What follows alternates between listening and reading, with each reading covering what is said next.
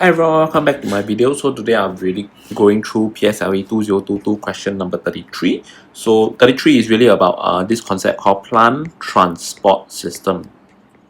Plant transport system. Okay, it's a P5 topic. Okay, so basically John left a piece of stem, okay, standing in the red color water for 1 hour as shown. Then they tell you that on top this part is stained red color for this part when he put the stem into a red color water. So name the part of the stem that was stained red color and state its function. So the part, there's only two parts. Is inner food carrying tube or water carrying tube.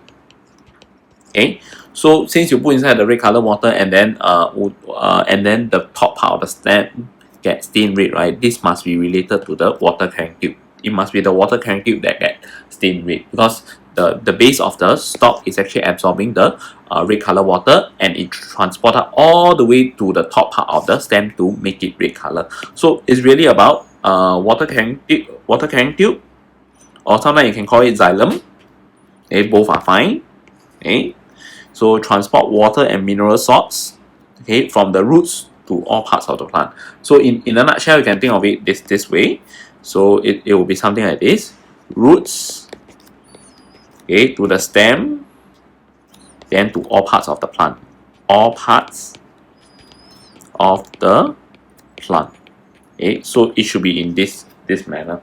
Okay, so I already actually carried this experiment some time ago. So let me show you this part. So the base of the stalk really looks something like this. So these are the water carrying tube in the celery stalk. So this will match the bottom part. So what will happen is that the water will absorb from here, or the red color water will absorb, travel up all the way to the top part of the stem. Then you will have something that looks like this. Can you see this part? They are all stained mostly red color. Okay, because this shows you the location of the water carrying tube. Okay, so this part I'll actually take a picture on it. So the whole setup, right, looks something like this. Okay, I have the red color water. Okay, red color water.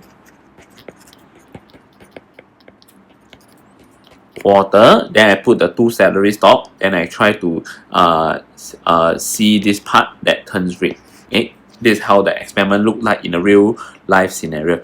Okay, so and then if you really couldn't recall the function of water carrying tube, right, you can refer to your P5 new textbook, page 66. So this part they will tell you that, okay, the presence of the water carrying tube. So water carrying tube are actually mid part of the stem. So water and mineral salts are being absorbed by the roots of a plant. So the water and mineral salts are transported by the water carrying tube from the roots or to the stems, then to all parts of the plant. So this part is the function of water carrying tube. Okay? So this part is mainly your answer. You can actually take it out, take this answer and then put it here as well. It's a direct textbook answer. Okay, so with that, this part should be quite clear, as in how the whole experiment actually worked for 33A. Now we go to 33B. Okay, you want to find out something. Okay, you want to find out if temperature affect the rate of movement in the stem. Okay, he used 3 similar pieces of stem, 3 identical beaker with the same amount of red color water. So state the variable that John should change. So basically, right, is asking you what is the change variable. How do you put it? How do you phrase it? Okay, variable, you cannot just tell me temperature. Okay, temperature of what? So since he put it into the red color water, so he must be testing the temperature of water in the beaker. Okay, so this will be your change variable, temperature of water in the beaker. Okay, so you cannot just write temperature. Temperature alone, it doesn't tell me anything. Is it the temperature of the celery stalk, or temperature of the surrounding air, or temperature of what? Okay, temperature of the water. So you must phrase it in a way it is countable. Okay, that means in this case, we are talking about 20 degree, 30 degree, 40 degree. Okay, the phrase must be phrased in a way that is countable, so that you can you know what temperature you are talking as well. So this part will be on temperature of water in the beaker. Okay, so suggest what John should measure.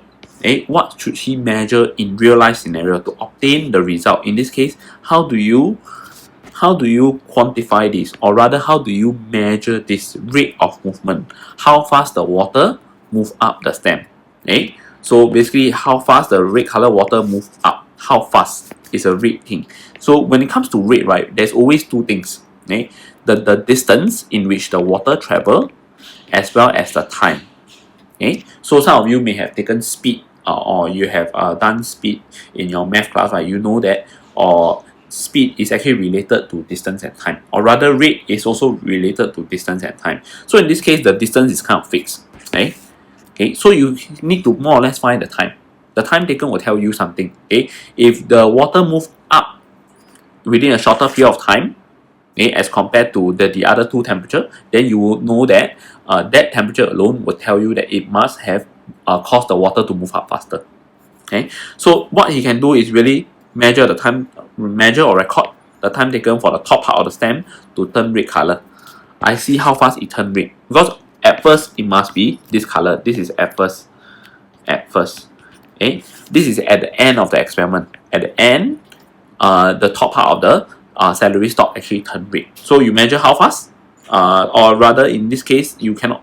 You have to measure the time taken to know how fast it is. Okay, there are many ways to write this. Okay, so you can also measure the time taken for the red color water to be transported to the top part of the stem at different temperature. So this one is a little bit more elaborative, or you can even say measure the time taken for the water carrying tube in each stem to be stained red. Okay, so because there isn't just one carrying tube, there is a lot. You can measure maybe the moment the first one turn red, or the moment when all of them turn red. It really depends on how you want to measure your result. Or you can even measure the time where half of them turn red. Okay, so you can actually do this kind of things, okay, when you're actually measuring your measure variable.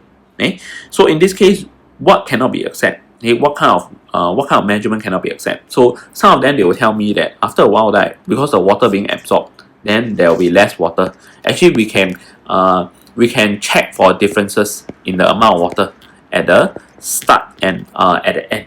Okay, so but this answer cannot be accepted, or rather I would say this answer is actually not a very good answer. The amount of red color water left in the beaker after a fixed duration of time, maybe after 20 minutes, how much water there's left, or after 10 minutes, how much water there's left. This is actually not a good answer. But I do understand that some schools do give this answer for this question, but after a few rounds of reconsideration, I feel that this is actually not a good answer.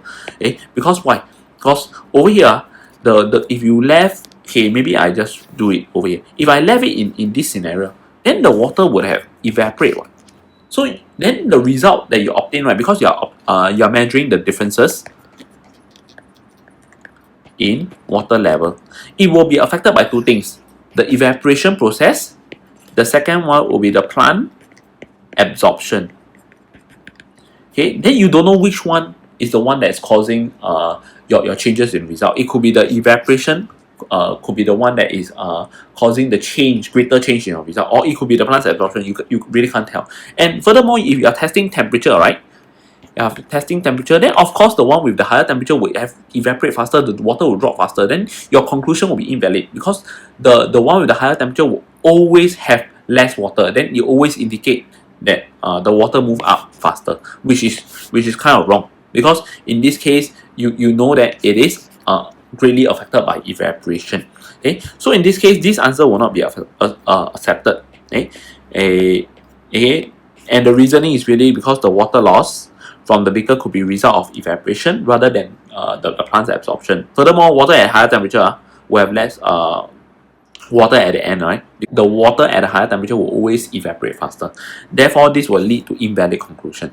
Okay, so in this part, this answer cannot be accepted. So, but some of you may think of ways to accept this answer. So some of you may say put a layer of oil on top. Actually, this is fine lah. Okay, you put a layer of oil, then you measure the amount of water left in each beaker after a fixed duration of time. It still can be accepted, because now you remove what? You remove the evaporation. Okay? Evaporation will not be a consideration anymore. But in this case, this question, they never put oil. So the best answer is still go with the time taken. Time taken for the top part of the stem to turn red color. Okay, so this is this part. Okay, so with that, we are done with this question. Thank you very much.